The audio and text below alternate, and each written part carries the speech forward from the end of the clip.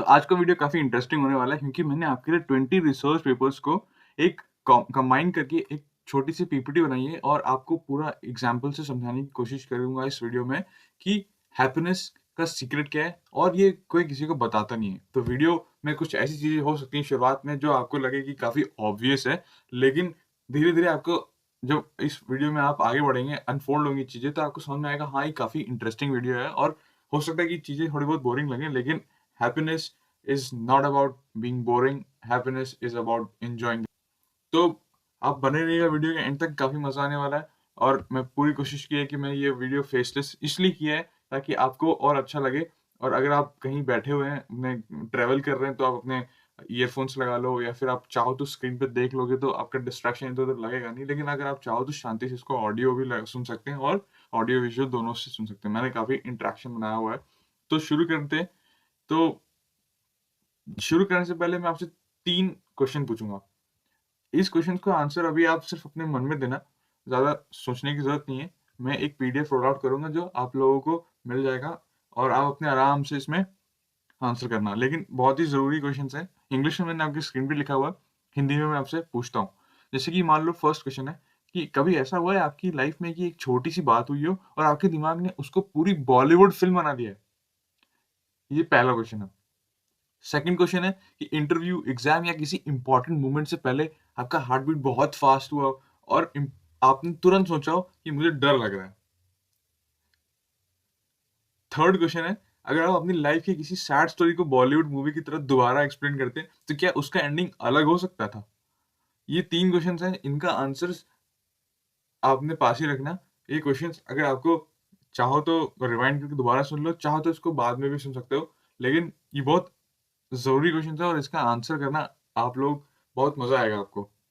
तो शुरू करते हैं एक बिग आइडिया से। तो लाइफ में बुरी चीज़ें जो होती हैं ना, वो एक सच्ची घटना है, सच्चा इवेंट है। जैसे कि रिजेक्शन रियल है, ब्रेकअप होता है वो रियल है, फेलियर होता है रियल है। पॉइंट ये नहीं है कि सब पॉजिटिव है। और मैं इस वीडियो में ये भी नहीं कहूँगा कि बी पॉजिटिव, वो पॉइंट बिल्कुल नहीं है। लेकिन ये सब रियल होता है, जो दर्द होता है वो रियल होता है, मैं समझ सकता हूँ। और पॉइंट ये है कि इवेंट के बाद हम जो स्टोरी बनाते हैं, वो हमारी फीलिंग्स को और बड़ा या हल्का कर सकता है। मेरा मेन प्रिंसिपल इस वीडियो के थ्रू यही है। तो जैसे कि फॉर एग्जांपल आपको कभी जॉब के लिए आपने अप्लाई किया और जॉब नहीं मिली, ये एक फैक्ट है। अब उसके बाद जो आप सोचते हैं कि मुझे जॉब नहीं मिली, मुझसे कुछ नहीं होगा, एक स्टोरी है। ये जो बाद वाला पार्ट है, ये एक स्टोरी है। फैक्ट को एक्सेप्ट करो, स्टोरी को क्वेश्चन करो। आपके 2 पार्ट्स होते हैं हैप्पीनेस में, और जो सोचोगे वही आपका क्रिएट करेगा सैडनेस। तो इसको अच्छे से समझने के लिए और एग्जांपल्स और पॉइंट्स में आपको समझाने की कोशिश करता हूँ। तो पहला पॉइंट आता है कि जो आपका दिमाग होता है, ये एक बॉलीवुड डायरेक्टर है। Your brain is very good at making stories. हमारा ब्रेन फैक्ट से ज़्यादा स्टोरीज़ पसंद करता है। एक छोटी सिचुएशन को बैकग्राउंड म्यूजिक, स्लो मोशन और ड्रामेटिक डायलॉग के साथ प्रेजेंट कर देता है कभी-कभी। जैसे कि अगर आपने थ्री इडियट्स मूवी देखी होगी, तो उसमें प्रेशर सिर्फ एग्जाम का नहीं होता, कैरेक्टर्स के माइंड में सक्सेस का मीनिंग भी होता। तो जब हम किसी रिजल्ट को मेरी पूरी लाइफ का डिसीजन ऐसा कुछ बना देते हैं, तो प्रेशर और बड़ा हो जाता है। फॉर एग्जाम्पल, जैसे एक एग्जाम्पल तो मैंने आपके स्क्रीन पे दिया हुआ है, पर मैं आपको और अच्छे से रिलेटेबल एग्जाम्पल देता हूँ। जैसे आपने एक इंटरव्यू दिया, उसमें आपको रिजेक्शन मिला, तो ये एक फैक्ट है। पर उसके बाद अब जो स्टोरीज आप ऊपर बिल्ड करते हैं, जैसे कि बस करियर खत्म हो गया, सब मुझसे आगे निकल गए, ये स्टोरी होती है, ये दुख देती है इंसान को। तो एक रिजेक्शन को क्लाइमैक्स मत बनाओ। हो सकता है कि वो सिर्फ और सिर्फ इंटरवल हो।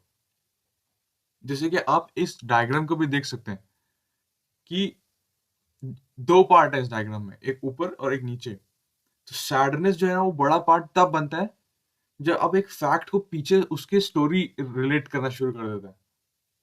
समझ रहे हैं? 2 चीज़ें होती हैं। एक होता है फैक्ट और एक होता है जो उसके पीछे आपने स्टोरी बनाई है। स्टोरी बनाना आपको सैडनेस देता है। फैक्ट है, उसको एक्सेप्ट करो और आगे मूव ऑन करो। ये आपका प्रिंसिपल है। सेकंड चीज आ जाती है I have to versus I am choosing to. Hindi में बोलूं तो मुझे करना ही है से मैं चूज कर रहा हूं। जब कोई डिफिकल्ट काम हमारी चॉइस और पर्पस से कनेक्टेड लगता है तो उसको टॉलरेट करना इजियर हो सकता है। मैं आपको ये अगर बॉलीवुड एग्जांपल से समझाऊं तो जैसे आपने 12th फेल मूवी देखी होगी, तो मनोज कुमार के सामने प्रॉब्लम्स खत्म नहीं हुई थी। उसने बस अपने स्ट्रगल्स को एक पर्पस दिया और उसके साथ कंटिन्यू किया। हर दिन इजी नहीं था पर डायरेक्शन क्लियर थी।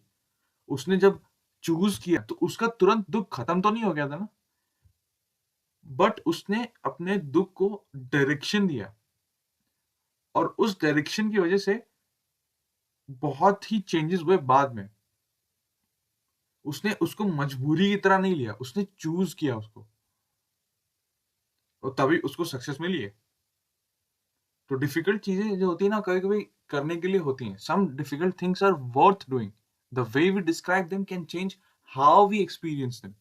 जो चीज आपके साथ हो रही है, ये हो सकता है कि आपने चूज किया हो, तो उसको मजबूरी मत समझिए। जैसे कि मैं बताऊं, I have to suffer for 6 month. इसको चेंज कर सकते हैं आप कि I am choosing to work hard for something I want.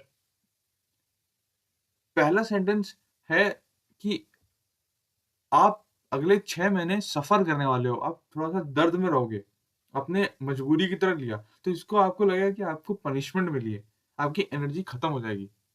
पर अगर आपने चूज किया, आपने इसको ऐसा सोचा कि I am choosing to work hard, मैं अगले 6 महीने चूज करता हूँ कि मैं मेहनत करूंगा, मैं बुक्स पढ़ूंगा, मैं रात भर मेहनत करूंगा। तो देख रहे हैं आप, एक ही चीज को दो अलग तरीके से सोचने से कैसा माइंडसेट जो होता है ना, शिफ्ट करने से माइंडसेट को आप पूरा पूरा हैप्पीनेस को फील कर सकते हैं। तो इसी के साथ थर्ड चीज पे आ जाते हैं कि गलती हुई, लेकिन याद रखना पिक्चर अभी बाकी है। ये मैंने एक बॉलीवुड का छोटा सा एग्जांपल लिया है डायलॉग के लिए कि we may all make mistakes. The problem is when one small mistake becomes a permanent identity. तो मान लो जैसे कि आपने प्रेजेंटेशन में गलती हो गई, आपने दी कोई प्रेजेंटेशन, उसमें गलती हो गई, तो अब ये नहीं बोलना है कि मैं स्टूपिड हूँ, ये नहीं बोलना है। ये नहीं बोलना है कि हाँ बस मिस्टेक हुई और अब मेरा जिंदगी खत्म, अब मैं क्या करूंगा, नहीं। इतना सोचना है कि हाँ यहाँ मिस्टेक हुई, नेक्स्ट टाइम मैं बेटर प्रिपेयर करूंगा। बट ज्यादा नहीं सोचना है, बस बेटर प्रिपेयर करूंगा, कट करो और नेक्स्ट सीन, बॉलीवुड की फिल्म की तरह कि कोई एक सीन में गलती हुई, कट करना है, दोबारा शूट करेंगे, नेक्स्ट और अच्छा रहेगा। ऐसा नहीं सोचना है कि एक सीन खराब हुआ तो पूरी मूवी खराब हो गई, नहीं। अभी तो आप अपनी लाइफ के डायरेक्टर हैं, आप डायरेक्ट कीजिए अपनी लाइफ को, कट करा सीन को, बैड कट था, नेक्स्ट सीन शूट करिए और बेटर वे से। ये आपको हैप्पीनेस, एक्चुअल हैप्पीनेस की तरफ मूव करेगा। तो इसी के साथ आ जाते हैं फोर्थ पॉइंट पे। सैड थॉट्स जो होते हैं उसको फोर्सफुली मत भगाओ। जितना हम कभी-कभी थॉट्स को फोर्सफुली पुश करते हैं, उतना ही ब्रेन उसको चेक करता रहता है। जैसे फॉर एग्जांपल मैं आपको दूं तो आपने जब वी मेट मूवी देखी होगी, तो ब्रेकअप के बाद जो आदित्य जो होता है, शाहिद कपूर, उसका मूड इमेजिन करो। अगर कोई बार-बार बोले सैड मत हो, सैड मत हो, सैड मत हो, तो सैडनेस इंस्टेंटली डिसअपीयर नहीं होता है। कभी-कभी पहले फीलिंग्स को एक्सेप्ट करना पड़ता है, तब चेंजेस आते हैं उसमें। रियल लाइफ में अगर आपको एग्जांपल दूं, तो जैसे कि आप बोलो कि मुझे इसके बारे में बिल्कुल नहीं सोचना। इसको चेंज करो, इस सेंटेंस को, मुझे इसके बारे में बिल्कुल नहीं सोचना है, इस सेंटेंस को चेंज करो। ओके, मैं सैड हूं, क्यों, मैं क्या एक्सपेक्ट किया था और क्या हो गया, और कैसे चेंजेस करने हैं, ये आपको माइंडसेट में और इन सेंटेंसेस में चेंजेस करने होंगे। उसके साथ फाइट जरूरी नहीं है, समझ रहे हो आप? उसको बार बार नहीं सोचना है, उसको सोल्यूशन पे फोकस करना है आपको। क्योंकि अगर आपने वो पिंक एलिफेंट वाला एक्सपेरिमेंट देखा होगा तो उसमें यही बोलते हैं कि अगर आपने किसी चीज़ को नहीं सोचना है, ये सोचोगे कि नहीं सोचूँगा, पर आप वही सोचोगे। Don't think about the pink elephant, don't think about the pink elephant. जितनी बार आप ये लाइन सेंटेंस अपने मन में बोलोगे, उतनी बार आप पिंक एलिफेंट को सोचोगे। तो नहीं सोचना है, उसको फ़ोर्स नहीं करना है। तो अब आ जाते हैं 5th पॉइंट पे। Your racing heart is not automatically a bad sign. कभी हार्ट बीट फास्ट है, हो सकता है कि बॉडी रेडी हो रही हो आपकी। जैसे कि इंटरव्यू स्टेज होता है, वाइवा होता है, ये इंपॉर्टेंट कन्वर्सेशन से पहले आपका हार्ट बीट बढ़ जाता है। तो हो सकता है कि वो डेंजर का प्रूफ नहीं है, बट आपका बॉडी आपको एनर्जी दे रहा है। बहुत इंपॉर्टेंट पॉइंट है। जैसे कि इंटरव्यू के पहले आपकी हार्ट बीट फास्ट हुई, तो ऑटोमैटिकली आपके दिमाग में एक सिग्नल जाएगा कि मुझे डर लग रहा है। नहीं, नहीं, वो आपकी बॉडी को एनर्जी दे रहा है ताकि आप इंटरव्यू में और अच्छा परफॉर्म करें। वाइवा में आपका हार्ट बीट फास्ट हुआ तो आपको लगता है कि मैं सब भूल गया तो क्या होगा? नहीं, आपको एनर्जी मिल रही ताकि और अच्छे से फोकस कर सकें आप। स्टेज पे जा रहे हैं, तो आपको डर लगता है तो आपका हार्ट बीट फास्ट हो जाता है, आप ये सोचते हैं। नहीं, आपको कोई जज नहीं कर रहा है, आपकी बॉडी आपको एनर्जी दे रही है हार्ट बीट फास्ट करके, ताकि आप और अच्छे से डिलीवर कर पाओ अपना परफॉर्मेंस। तो ये एग्ज़ाम के पहले, एग्ज़ाम के रिज़ल्ट के बाद ऐसी हार्ट बीट फ़ास्ट होना, आपको एनर्जी मिल रही है। एग्ज़ाम के पहले एनर्जी मिल रही है ताकि आप अच्छे से एग्ज़ाम दे सको। एग्ज़ाम के बाद आपको एनर्जी मिल रही है ताकि आप उससे और अच्छे से डील कर सको। तो इसी के साथ आपका एक और पॉइंट आ जाता है 6th पॉइंट। हर टाइम हैप्पी रहना ज़रूरी नहीं है। Stop trying to be happy all the time. Bollywood example में ये जवानी है दीवानी जैसी स्टोरीज़ में एक्साइटमेंट, फ्रेंडशिप, लव, लोनलीनेस और नॉस्टैल्जिया एक साथ आ सकते हैं। एक ही लाइफ में मल्टीपल इमोशंस नॉर्मल है। तो ज़रूरी नहीं है कि हमेशा इंसान खुश रहे, कभी-कभी दुखी भी हो सकता है। ये एक लाइफ है। सिंपल एक इंडियन थाली की तरह इमोशंस लाइफ भी मिक्स्ड होती हैं। हैप्पीनेस, सैडनेस, एक्साइटमेंट, काम, नॉस्टैल्जिया, गोल का जितना भी गोल सैडनेस होता है, वो ज़ीरो करना नहीं है। गोल ये है कि सैडनेस पूरी प्लेट ना बन जाए। उसमें हर एक फीलिंग होती है। जैसे कि आप ये डायग्राम देख सकते हैं। सारी फीलिंग्स का प्लेट है आपकी लाइफ। हमेशा खुश नहीं रह सकता आदमी। तो एक और पॉइंट है 7th पॉइंट। आप अपनी स्टोरी के डायरेक्टर हो। You are the curator of your own story. You cannot erase every difficult memory, but you can sometimes change the meaning you give that memory. For example जैसे मैं बताऊँ, Rockstar या dear ज़िंदगी जैसी films जो होती हैं, हमें एक चीज़ दिखाती हैं, कैरेक्टर के साथ सिर्फ़ इवेंट्स नहीं होते, वो इवेंट्स को मीनिंग भी देते हैं। मुझे ड्रीम कॉलेज नहीं मिला, तो सिर्फ़ फेलियर की स्टोरी मत रखो। मेबी उसके बाद मुझे अपने पाथ खुद बनाना पड़े। सेम चैप्टर होता है तो डिफरेंट इंटरप्रिटेशंस भी हो सकती हैं। तो ये था 7th पॉइंट। तो एक 5 मिनट का एक पिक्चर पॉज़ भी कर सकते हो आप, कि पूरी लाइफ़ का क्लाइमैक्स आज सॉल्व करने की ज़रूरत नहीं है, बस नेक्स्ट सीन समझो। व्हाट हैपेंड, जैसे कि सीन में क्या हुआ? सिर्फ फैक्ट बोलो। What I am telling my self about it. Notice the story your brain और योर माइंड हैज़ एडेड। मेरे ब्रेन ने क्या डायलॉग लिख दिया? मैं यूज़लेस हूँ, सब खत्म है, स्टोरी नोटिस करो। Is that the story the only possible explanation? Third point आ जाता है कि क्या अल्टरनेट डायलॉग हो सकता है?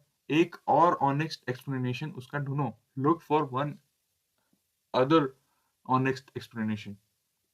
फोर्थ पॉइंट है what is my body doing? Body क्या कर रही है? Heart beat, tension, heaviness.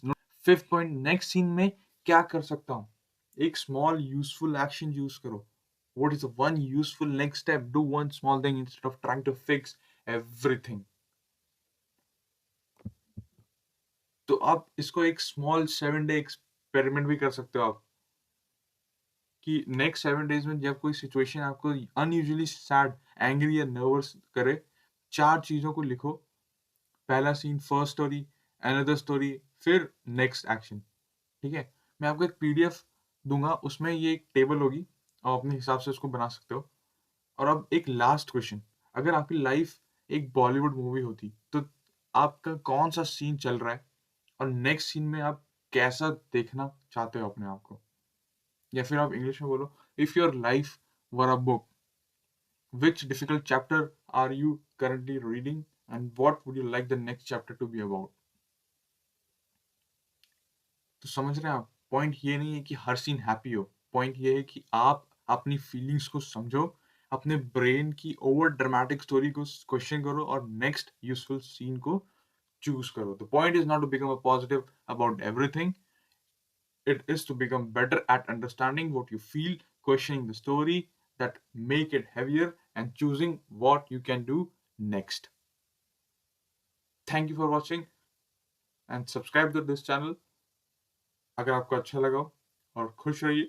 मैं आप लोगों के साथ फैमिली व्लॉग्स और ढेर सारे मोमेंट्स और एक्सपीरियंसेस शेयर करता हूँ, इसलिए ताकि आप लोगों को ये मैसेज दे सकूँ कि स्मॉल मोमेंट्स को जो आप ग्रांटेड लेते हो, वो काफ़ी इम्पोर्टेंट है लाइफ में, उनको ग्रांटेड मत लीजिए, क्योंकि नेक्स्ट बेस्ट ब्लेसिंग, तो नेक्स्ट साँस आपकी सबसे बड़ी ब्लेसिंग है। बने रहिएगा मेरे वीडियोज़ के साथ, काफ़ी मज़ा आने वाला है, क्योंकि मेरे वीडियोज़ में हर चीज़ में कमी हो सकती है, पर मज़े में बिल्कुल कमी नहीं होती है। Thank you, have a good day.